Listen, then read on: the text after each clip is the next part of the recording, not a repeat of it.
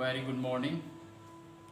So start करते हैं हम। अच्छा, जर्नल स्टार्ट करने से पहले कुछ बेसिक एक दो वर्ड्स और बताएं, फिर जर्नल स्टार्ट करते हैं। देखिए, एक वर्ड यूज हो गया जर्नल में, आपको ज़रूरत पड़ेगी जब हम टोटल को एक पेज से दूसरे पेज पर ले जाते हैं तब हम करेंगे उसको कैरेट फॉरवर्ड, या फिर हम लिखते हैं इसको कैरेट डाउन। मीनिंग क्या है इसकी? कैरेट फॉरवर्ड यानी आगे ले गए, क्लियर है, या नीचे ले गए, इस तरह से। अब देखिए ये वर्ड कैसे बना है। Carry, CARRY, carry. कैरी का मतलब क्या है? ले जाना, ठीक है। इसी कैरी से बना है इसका पास्ट कैरेट, यानी ले गए, क्लियर है। ये कैरी से क्या बना है? कैरेट। हालांकि इसी कैरी से बना है आपका कैरियर, ठीक है। ये कैरियर और एक होता है करियर, दोनों में आपको फर्क बता देते हैं। ये कैरियर वो है जो हमारी साइकिलों के पीछे लगा रहता है। हालांकि आजकल ऐसी साइकिलें आ रही है कि कैरियर नहीं मिल रहा उसमें, लेकिन पहले जो साइकिलें देखी होंगी आपने, उसके पीछे सामान रखने के लिए या किसी को बिठाने के लिए लगाया जाता था, उसको कहते हैं कैरियर, क्लियर है। ये आपने देखा होगा ट्रक वगैरह के ऊपर भी लिखा रहता है ना, गुड्स कैरियर, तो ये मालवाहक। तो ये शब्द क्या है आपका? कैरियर।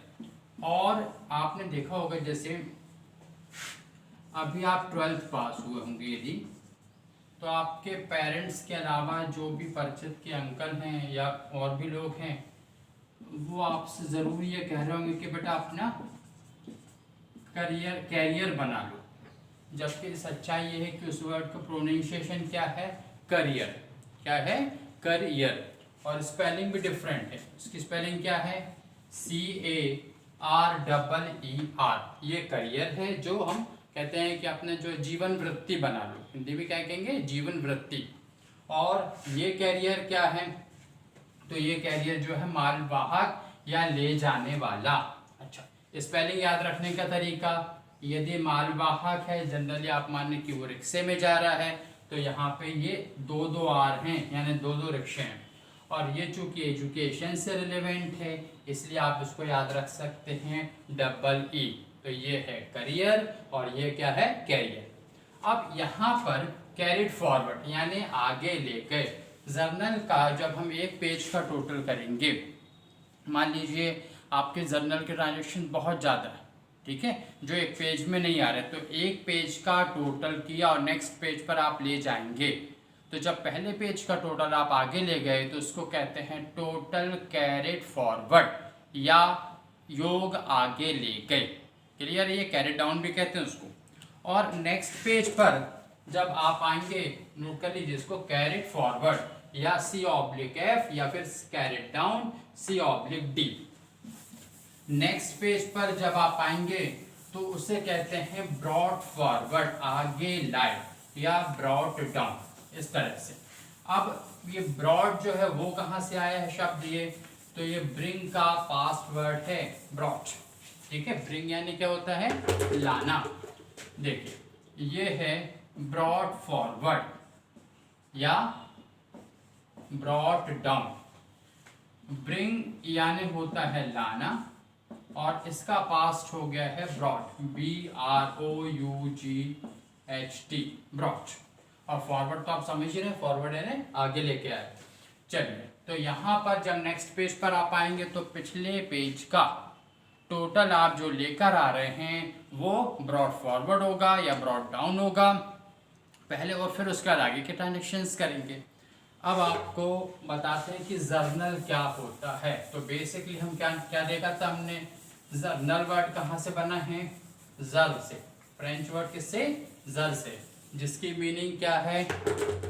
डायरी। और नल की मीनिंग क्या है?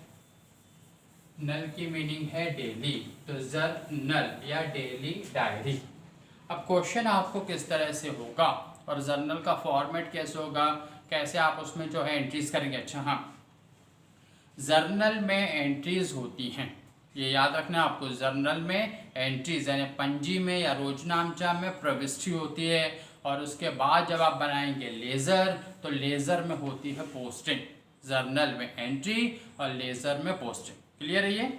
अब देखिए क्वेश्चन इस तरह से रहेगा, पास द जर्नल एंट्रीज, या निम्नलिखित व्यवहारों की पंजी प्रविष्टियां कीजिए। Pass the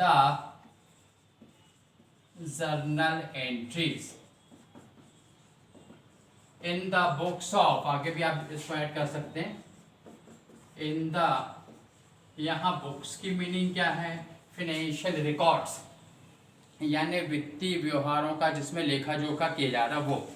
in the books of, और फिर वही मेसर्स, मान लीजिए हमारे मेसर्स है mister Sudhir and sons. And sons की मीनिंग क्या है यहाँ पर? तो देखिए एंड सन्स का, मेसर्स को तो आप बताया था क्या मीनिंग है? मेसर्स की मीनिंग क्या है? सर्वश्री या श्रीमान। और एंड सन्स कौन है? एंड सन्स का मतलब ये कि मिस्टर सुधीर जिन्होंने बिजनेस स्टार्ट किया, उसके बाद पीढ़ी दर पीढ़ी बिजनेस आगे चल रहा है, तो अब सबके नाम तो लिखेंगे नहीं भाई। यदि मान लीजिए शॉप की, दुकान की बोर्ड पर जो सुधीर के अलावा 10 लोगों के और नाम लिखें, तो कस्टमर तो नाम ही पढ़ता रह जाएगा। ठीक है, तो इस तरह से, और ये कहीं ना कहीं पुरानी जो गुडविल बन जाती है उसका भी यूज़ करते हैं। ठीक है, तो सुधीर एंड सन्स। अच्छा, एक वर्ड और आएगा, जैसे मान लीजिए कहीं आपने एक वर्ड देखा, सपोज लिखा है प्रकाश एंड कंपनी। मान लीजिए किसी शॉप के ऊपर आपने देखा और लिखा है मान लो प्रकाश एंड कंपनी, या चलिए और देखा होगा, ये वर्ड आपने जरूर देखा होगा, मान लीजिए लिखा है जैन एंड कंपनी। तो यहाँ इसका ये जो वर्ड यूज हो रहा है ना, एंड कंपनी, ये कंपनी वर्ड की मीनिंग ये नहीं है यहाँ पर कि ये कंपनी है। ठीक है, कंपनी होने के लिए कंपनी लिमिटेड या फिर कंपनी प्राइवेट लिमिटेड, ये कंप्लीट वर्ड यूज होता है। तो इसलिए यहाँ पर प्रकाश एंड कंपनी या जैन एंड कंपनी का मतलब क्या? एंड कंपनी जो है ये डिनोट करता है, दर्शाता है कि मिस्टर प्रकाश या जो प्रोप्राइटर मिस्टर जैन थे, उनके अलावा बिजनेस में और कितने को ऑनर्स यानी सह स्वामी हैं जो बिजनेस को चला रहे हैं। तो वही है, जैसा एंड सन्स लिखते हैं इसी तरह से ये एंड कंपनी, लेकिन ये कंपनी नहीं है। कंपनी होने के लिए कंपनी लिमिटेड, लिमिटेड का ये शॉर्टनिंग है ना, या फिर कंपनी पीवीटी, ये प्राइवेट की शॉर्टनिंग हो गई, यानी शॉर्टनिंग यानी एब्रीविएशन या शॉर्टकट। कंपनी होने के लिए कंपनी लिमिटेड या फिर कंपनी प्राइवेट लिमिटेड इस शब्द का प्रयोग किया जाएगा। और यदि सिर्फ एंड कंपनी लिखा है तो मतलब क्या है कि वो मिस्टर जो प्रकाश हैं या जो भी नाम लिखा हुआ है उसमें साथ में और कितने को ऑनर्स या सहस्वामी हैं जो व्यवसाय में पार्टिसिपेट, बिजनेस में पार्टिसिपेट कर रहे हैं, ये उनके नाम को दर्शाता है। यदि कोई जानना चाहे कि भैया कौन कौन हैं, तो जाके वो शॉप में उनके रजिस्टर में देखे जा सकते हैं, या उनके जो डॉक्यूमेंट्स, लीगल डॉक्यूमेंट्स होंगे उसमें देख सकते हैं कि को ऑनर्स कौन से हैं। चलिए अब यहाँ पर ये जर्नल एंट्रीज हम जो है वो स्टार्ट कर रहे हैं। यहाँ आपको ईयर वाइज, सपोज जो है ये आपको आपकी बुक से ही बता देते हैं। ठीक है, चलिए यहाँ पर थोड़ा हम जरा चश्मा लगाना पड़ेगा भाई हमको, क्योंकि छोटे शब्द अभी उतने दिखते नहीं हमको। ठीक है, अब देखिए आपने पहला ट्रांजैक्शन है 2015, ईयर है मान लीजिए 2015, और फर्स्ट है जनवरी 1 जनवरी को, जनवरी 1 को business commenced with ₹20,000। Business commenced यानी स्टार्ट किया, तो बिजनेस कमेंस्ड विथ ₹20,000। हालांकि 20,000 में बिजनेस स्टार्ट नहीं होता, लेकिन ये आपको थोड़ा सा कैलकुलेशन इजी पड़े इसलिए अमाउंट छोटा ले रहे हैं। हाँ चलिए, व्यवसाय हिंदी में क्या बोलेंगे आप? 20,000 रुपए से व्यवसाय प्रारंभ किया। क्लियर? 20,000 रुपए से चलिए नेक्स्ट है जनवरी 3। ज़रूरी नहीं है कि बिजनेस में रोज ट्रांजेक्शन हो, कभी कभी कोई ट्रांजेक्शन नहीं भी होता है। चलिए जनवरी 3 को goods purchased for cash 8500, goods purchased for ₹8500, या फिर हिंदी में 8,500 रुपया का माल खरीदा या 8,500 रुपए की वस्तुएं खरीदी। नेक्स्ट है मशीन परचेस्ड 4000, जनवरी 4 को मशीन परचेस्ड। मशीन और प्लांट दोनों में फर्क होता है। प्लांट मतलब बहुत बड़ी मशीन है जो एक जगह स्टेबल कर दी जाती है, इंस्टॉल हो जाती है, ठीक है।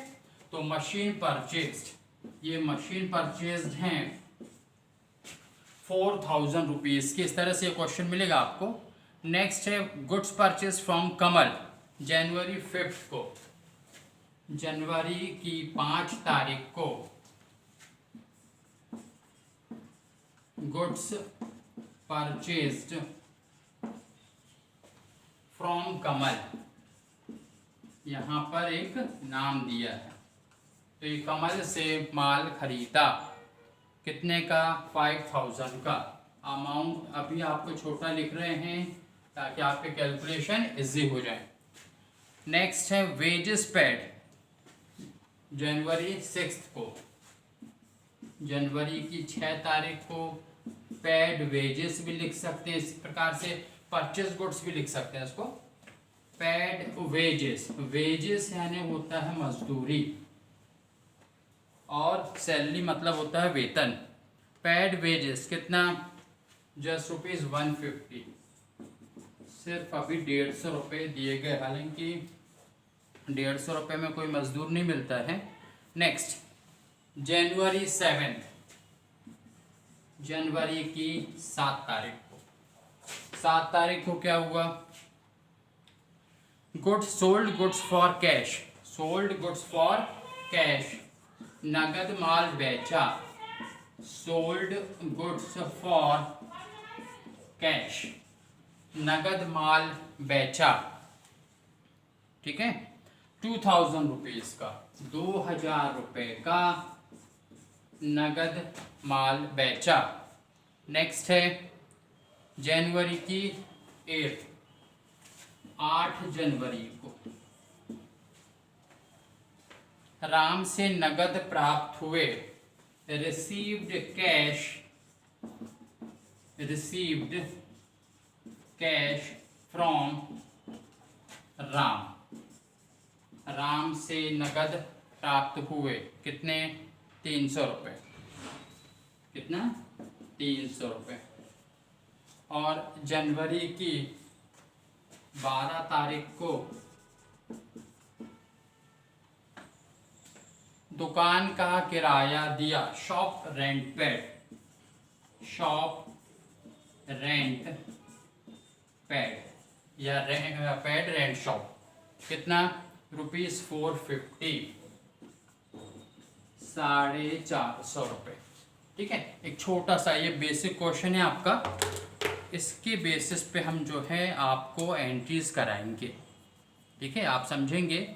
और फिर उसके बाद में जब ये हो जाएगा तो आपको पार्टली क्वेश्चन कराएंगे, एक एक जर्नल एंट्री को समझाएंगे कि वो किस तरह से करनी है। चलिए एक बार में जो है आपको ट्रांजेक्शन, इसको क्या कहते हैं? वित्तीय व्यवहार या फाइनेंशियल ट्रांजेक्शन्स, इन्हीं का लेखा जोखा आपको करना है। शुरुआत हम किससे कर रहे हैं? शुरू कर रहे हैं जर्नल से, ठीक है। और ये सब किस में होता है? डबल एंट्री सिस्टम में। पहला क्या है? Pass the journal entries in the books of messrs Sudhir and sons की बुक्स में आपको जो है ये जर्नल एंट्रीज करनी है। 2015 की, हालांकि अभी आप देखेंगे तो 2020 क्या आप करेंगे, 2015 लिया हमने, हाँ। 2015 जनवरी 1 बिजनेस कमेंस्ड विथ ₹20,000, 20,000 रुपये से व्यवसाय प्रारंभ किया। जनवरी की 3 तारीख को है गुड्स परचेज्ड है 8500 का, 8,500 रुपये का गुड्स परचेज्ड किया। नेक्स्ट जनवरी की 4 तारीख को मशीन परचेस की है इनने 4,000 रुपये, हालांकि छोटी मशीन होगी इनकी ये। नेक्स्ट जनवरी की 5 तारीख को गुड्स परचेस फ्रॉम कमल से माल खरीदा। आप चाहे तो नोट कर सकते हैं इसको, आप नोट करना पहले इसको, क्योंकि इसको रब करने के बाद फिर ये मैं ट्रांजेक्शन बताऊंगा आपको। सो जनवरी 5 को गुड्स परचेस फ्रॉम कमल से खरीदा, 5,000 रुपये का गुड्स परचेस किया। 6 तारीख को वेजेस यानी मजदूरी दी, कितनी 150 150 रुपये। जनवरी की 7 तारीख को सोल्ड गुड्स फॉर कैश, नगद माल बेचा 2,000 रुपये का। जनवरी 8 रिसीव्ड कैश फ्रॉम राम से प्राप्त हुए, ठीक है 300 रुपये। और उसके बाद में जनवरी की 12 तारीख को शॉप का जो है रेंट पेड किया 450। क्लियर है ये।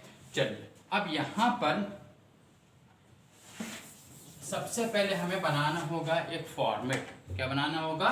फॉर्मेट, जर्नल का फॉर्मेट।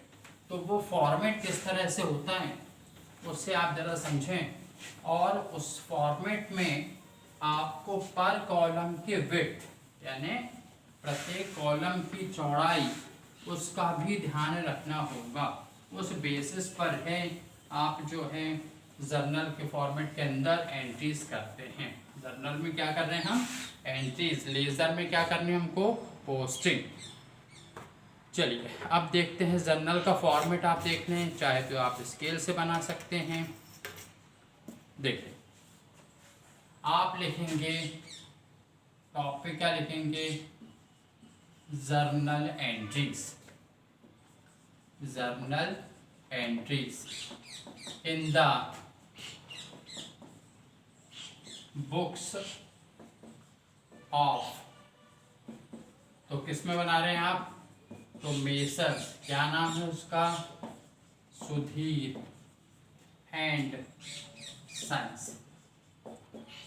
एंड सन्स के आपके जर्नल में एंट्रीज चल रही है।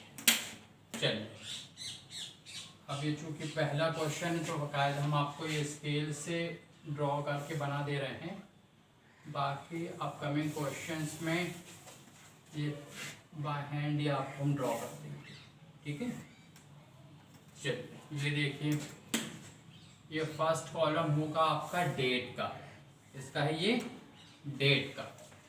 जितने विड्थ यानी चौड़ाई डेट के कॉलम की रहेगी उतनी ही चौड़ाई आपको रखनी है, लगभग उतनी ही डेबिट और क्रेडिट के लिए। और इसका 1/3 और 1/4 जो है वो लेज़र फोलियो के लिए। लेज़र फोलियो मतलब खाता पृष्ठ क्रमांक, उसको आपको वैकेंट रखना है, उसमें कुछ भी नहीं लिखना है। लिखेगा कौन उसमें? जो रियल अकाउंटेंट रहेंगे वो लिखेंगे, ठीक है। आपको सिर्फ शोबाजी के लिए सिर्फ यूं ही बना देना, ठीक है। चलिए तो ये कॉलम हो गए आपके। अब देखिए